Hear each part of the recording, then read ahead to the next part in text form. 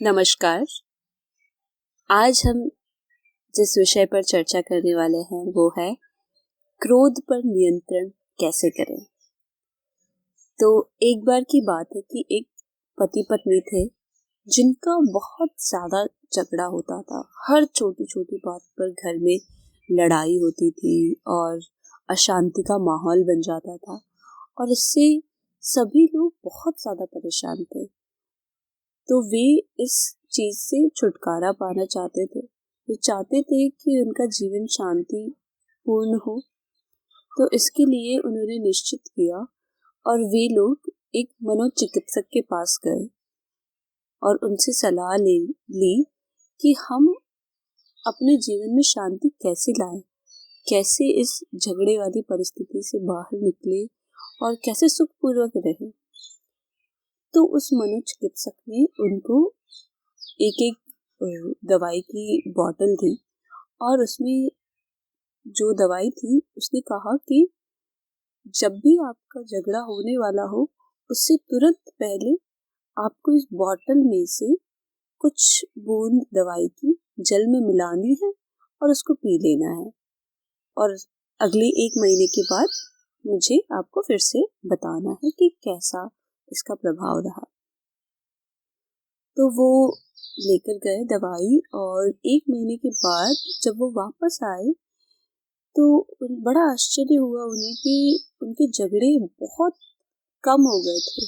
बहुत कम लड़ते थे और सारी चीजें काफी बेहतर हो गई। तो उन्होंने उस मनोचिकित्सक से पूछा कि ऐसी कौन सी दवाई आपने हमें दी जिससे ये इतना अच्छा प्रभाव पड़ा।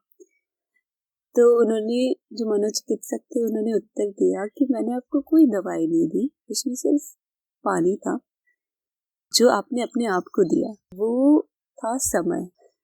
तो जब आपको क्रोध आता था और आप कुछ बोलने वाले होते थे, उससे पहले जब आप दवाई लेकर जल में मिलाते थे और फिर उसको पीते थे, फिर कुछ बोलते थे, उतने समय में आपके जो क्रोध का आवेग था वो बहुत कम हो जाता था। और जब आपके क्रोध का आवेग कम हो जाता था तब आपके झगड़े कम हो जाते थे। तो इस तरह वहां कोई दवाई नहीं थी, वहां से जल था, लेकिन जो समय आपने दिया अपने क्रोध की प्रतिक्रिया करने के लिए, वो समय आपके झगड़ों को कम कर देता है। तो इस बात की यही शिक्षा है कि जब भी आपको क्रोध है उसकी तुरंत प्रतिक्रिया ना करें। उस प्रतिक्रिया के होने से पहले कुछ समय ले, सोचे उसके बारे में। तो जब आपको क्रोध आता है और आप कुछ बोलने वाले होते हैं, सोचे उसके बारे में कि क्या मेरा बोलना यहाँ पर आवश्यक है या बिना बोले भी काम चल सकता है, या जो बात मैं बोलने वाला हूँ उसे दूसरे तरीके से भी बोला जा सकता है जिससे इसका दुष्परिणाम ना आए। अपने क्रोध के परिणाम का यदि आप अवलोकन पहले से कर लें तो कभी भी आप ऐसा कुछ भी नहीं बोलेंगे जिससे किसी का या आपका स्वयं का नुकसान हो सके। आप उस प्रतिक्रिया को विलंबित करके उस पर नियंत्रण पा सकते हैं। यदि आप ऐसा करते हैं तो आप देखेंगे कि क्रोध जो है वो जिस क्षण आता है उस क्षण उसका आवेग सबसे अधिक होता है, लेकिन यदि आप उसको थोड़ा सा विलंबित करें, थोड़ी देरी करें उसकी प्रतिक्रिया में, तो उसका आवेग थोड़ा शांत हो जाता है। इसलिए आपको नियंत्रण सिर्फ इतना करना है कि जब आपको क्रोध आए उसके 5 मिनट 10 मिनट तक उसमें कोई प्रतिक्रिया ना करें, या हो सके तो कुछ समय बाद आकर बात करें, उस क्षण में मौन रहे। तो यहाँ पे मौन का महत्व है, लेकिन हो सकता है वह बात बोलना आवश्यक हो तो आप उस क्षण ना बोलकर उसे कुछ समय बाद बोले, उसे इस तरीके से बोले कि उसका गलत प्रभाव ना पड़े। यदि किसी व्यक्ति ने कोई गलत काम किया है तो आप उसको समझाने की भी कोशिश कर सकते हैं। पहले शांति प्रिय तरीके से उसे सुलझाने का प्रयास करें। यदि अत्यंत आवश्यक हो तो ही आप कोई ऐसा बड़ा कदम उठाएं जिससे वो ठीक हो सके। अनावश्यक कुछ भी ना करें। तो अपने क्रोध की प्रतिक्रिया को विलंबित करना एक बहुत आसान तरीका है उस पर नियंत्रण पाने का। दूसरा तरीका है कि आप अपने आप को हमेशा उस शांति और उस प्रेम भाव में बनाए रखें, साक्षी भाव में रहें और ये चेतना में रहें कि मैं खुश हूँ, आनंदित हूँ।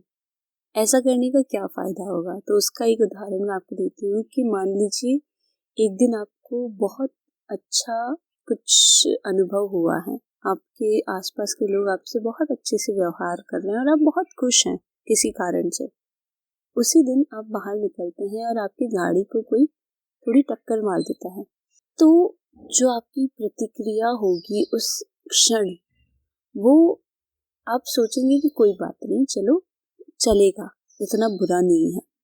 लेकिन उसी स्थान पर जब आपका किसी से झगड़ा हुआ है और आपका दिन बहुत बुरा जा रहा है और उसके ऊपर से किसी ने आपकी गाड़ी को टक्कर मार दी, तो आपको इतना क्रोध आएगा कि ये कितना खराब दिन जा रहा है और सब आज बुरा ही बुरा हो रहा है। अब एक आम इंसान की जिंदगी में यदि वह नकारात्मक भाव में रहेगा तो उसके क्रोध का जो कारण है उसको बहुत जल्दी मिलता रहेगा। वो नकारात्मकता उसके क्रोध को हमेशा बढ़ाएगी। लेकिन वह पहले से ही यदि शांत है, आनंद में है, खुश है, तो उसको कभी भी इतना क्रोध किसी बात पर नहीं आएगा। चाहे वहां पर कुछ गलत भी हो रहा हो, तब भी वह उसको बहुत शांति प्रिय तरीके से सुलझाने का प्रयास करेगा, क्योंकि वह पहले से खुश है, वह पहले से शांत है, तो वह उस पर कोई भी गलत प्रतिक्रिया नहीं करेगा।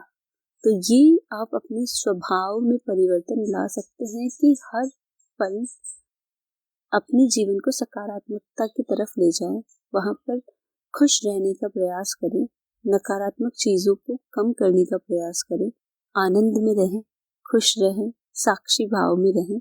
तो धीरे धीरे आप देखेंगे कि आपको अनावश्यक चीजों पर क्रोध आता ही नहीं है, और वो आता भी है तो बहुत नियंत्रण में होता है, क्योंकि आप वहां पर सकारात्मक रूप से सोचते हैं। यहाँ पर एक और बात मैं कहना चाहती हूँ कि यदि ये आपके जीवन के लिए बहुत उपयोगी है तो आपको अवश्य करना पड़ेगा और वो हो जाएगा। लेकिन यदि ये जीवन के लिए अनावश्यक है तो आप अपनी बुद्धि से उसको जान सकते हैं कि क्या ये करना चाहिए या नहीं करना चाहिए, और फिर आप उस पर उचित कदम उठा सकते हैं। वैसे क्रोध का सबसे बड़ा नुकसान जो है वो स्वयं के लिए ही है। तो किसी महापुरुष ने कहा है कि क्रोध अर्थात एक जलते हुए कोयले को हाथ में लेकर किसी के ऊपर फेंकना, और उसमें सबसे ज्यादा जो नुकसान होगा वह उसी व्यक्ति का होगा जो क्रोध प्रकट कर रहा है। तो इसलिए अनावश्यक रूप से यदि ये हो रहा है और आपके नियंत्रण के बाहर चला जाता है तो इस पर नियंत्रण करना बहुत आवश्यक है। और जैसा मैंने कहा, 2 तरीके हैं। पहला कि आप इसकी प्रतिक्रिया को विलंबित करें, और दूसरा अपने व्यवहार को सकारात्मक करें, अपने जीवन में आनंद लाएं, खुशी लाएं, शांति लाएं। तो यह जो क्रोध है उसका प्रभाव बहुत कम हो जाएगा और आपके नियंत्रण में सब कुछ होगा। तो आज की चर्चा को यही समाप्त करते हैं। धन्यवाद।